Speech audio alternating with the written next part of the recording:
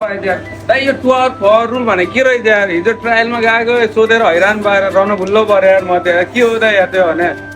तेरी जहाँ अब त्यस्तो 2 आवर र 4 आवर रुलमा कन्फ्युज भएछ भाइ यार 2 आवर रुल र 4 आवर रुल भनेको तिमीले डेन्जर जोनमा यदि फुडको 0 to 5 डिग्री सेल्सियस भन्दा बाहिर तिमीले कति समय चाहिँ त्यो कुरालाई राख्छौ भन्ने कुरा हो क्या भाइ है त्यसमा अब के हुन्छ 2 आवरसम्ममा तिमीले कुनै कुरा 0 to 5 डिग्री सेल्सियस भन्दा बाहिर राख्यौ भने त्यो कुरालाई फेरि हामीले फ्रिजमा स्टोर गर्न मिल्छ 2 आवरसम्मको लागि त्यसपछि 2 देखि 4 आवरको बिचमा भएको कुराहरू केही पनि तिमीले बाहिर राख्यौ 0 to 5 डिग्री सेल्सियस भन्दा बाहिर राख्यौ भने त्यो कुरालाई हामीले के गर्न मिल्छ त्यो कुरालाई स्ट्रेट अवे कुक गरेर स्ट्रेट अवे सर्भिस गर्न मिल्छ तर 4 आवर यदि त्यो फुड 4 आवर भन्दा क्रस भयो भने के हुन्छ त्यसलाई हामीले फाल्नुपर्छ हो सुँगा फेरि बास्न आउला सुँगा फेरि नगनाउला तर पनि त्यसमा चाहिँ ब्याक्टेरियल ग्रोथ धेरै हुने भएको कारणले त्यो चाहिँ रिस्की हुन्छ त्यही भएर हामीले त्यो कुरालाई फाल्ने त्यो चाहिँ 2 आवर र 4 आवर रुल है यतै त्यस्तो पो हो अनि यो सर्भिस फिस कहिले काहीँ त्यो सर्भिसको टाइममा